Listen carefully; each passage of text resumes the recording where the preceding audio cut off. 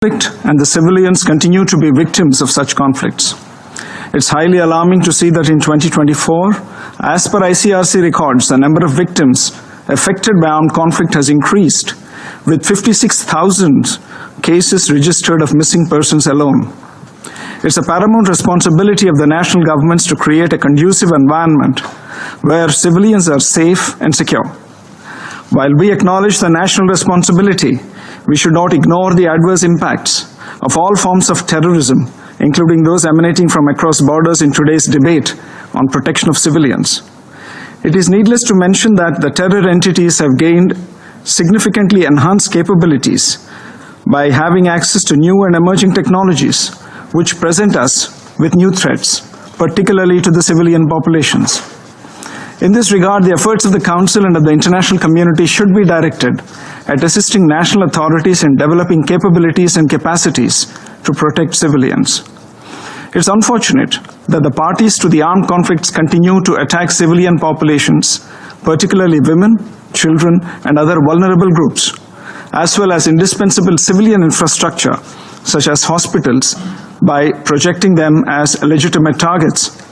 Regrettably, during armed conflicts, civilians, including women and children, are used as human shields for military operations and terrorist activities.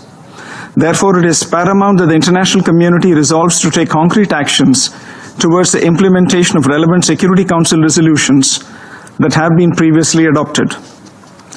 Mr. President, any attack on civilians and humanitarian workers is a grave violation of international law, in particular international humanitarian law. The existing legal framework concerning the protection of civilians cannot be overlooked. Respect for principles of the UN Charter, including sovereignty and territorial integrity of member states, should remain the basis for all actions taken by the Council for the protection of civilians. A politically motivated decision to intervene in an armed conflict situation may have devastating consequences, including to the civilian population, and therefore must be prevented. Furthermore, any intervention must be proportionate and based on credible and verified threat perception.